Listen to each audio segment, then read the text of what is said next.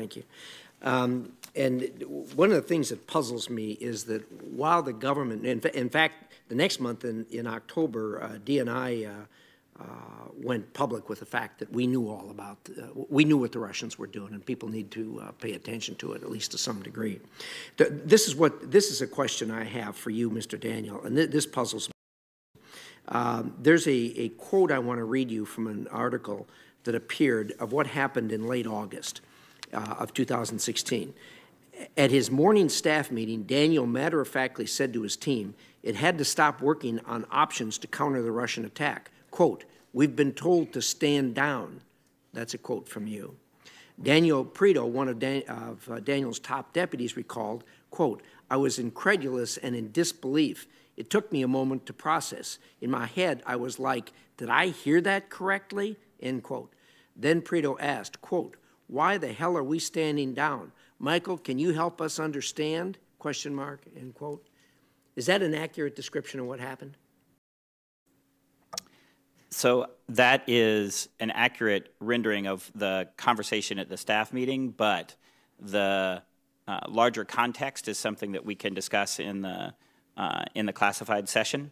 But I can say that there were many concerns about the widespread, how many people were involved in the development of the options, and so the decision at that point was to neck down the number of people that were involved in developing our ongoing response options. And it's not accurate to say that all activity ceased at that point.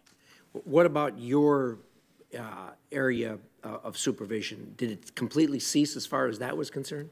No, we shifted our focus in that September and October timeframe to focus heavily on better protecting and assisting the states in better protecting the electoral infrastructure and ensuring that we had as great a visibility as possible into what the Russians were doing and developing our essentially an incident response plan for Election Day. And you've described that. But as far as your cyber response, you were told to stand down. Is that correct? We were.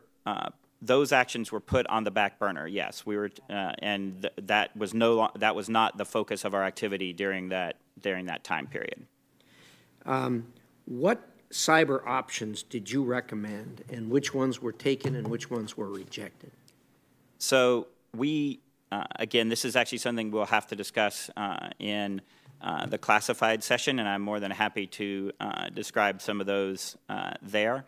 But it was a full range of potential actions that we could use to use our cyber capabilities to impose costs on the Russians, both openly to demonstrate that we could do it as a deterrent, and also clandestinely to disrupt their operations as well.